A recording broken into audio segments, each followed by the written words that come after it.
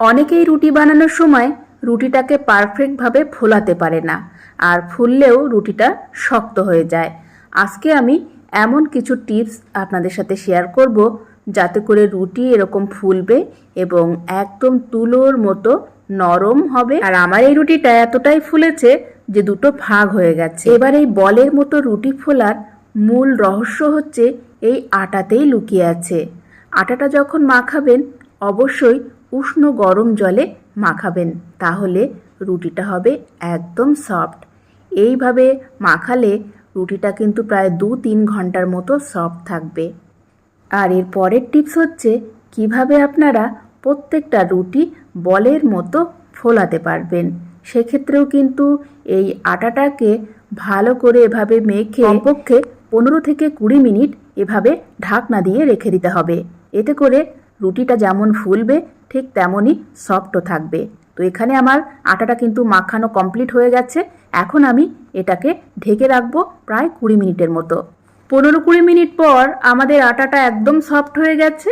এখন আমি নর্মাল যেভাবে আমরা রুটি বানাই ঠিক সেভাবে একটা রুটি বানিয়ে নিলাম। আর এখানে আগে থেকেই কিন্তু আমি তাওয়াটাকে গরম করে রেখেছি। এবার দিয়ে দিলাম তাওয়াতে রুটি। এবার আপনারা খুব ভালোভাবে লক্ষ্য করুন এই রুটিটাকে আমি কিভাবে সেঁকে নিচ্ছি।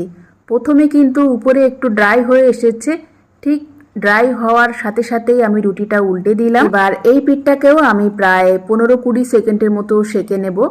এরপর আমি এভাবে তাওয়ায় দিয়ে দেব, দিলেই কিন্তু রুটিটা একদম বলের মতো ফুলে উঠবে।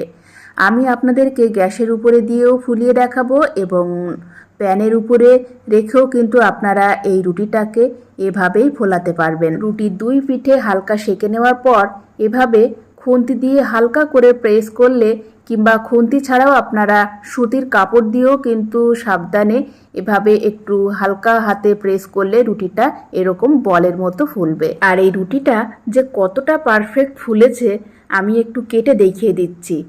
তো দেখেই বুঝতে পারছেন রুটিটা একদম দুটো ভাগ হয়ে গেছে।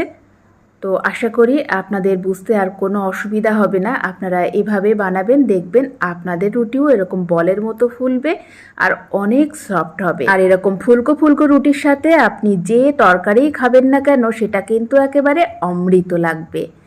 আশা করি আমার আজকের এই রুটি ফোলানো এবং সফট হওয়ার যে টিপসগুলো আপনাদের সাথে শেয়ার করলাম আপনাদের উপকারে আসবে। ধন্যবাদ। দেখা হচ্ছে পরবর্তী এপিসোডে।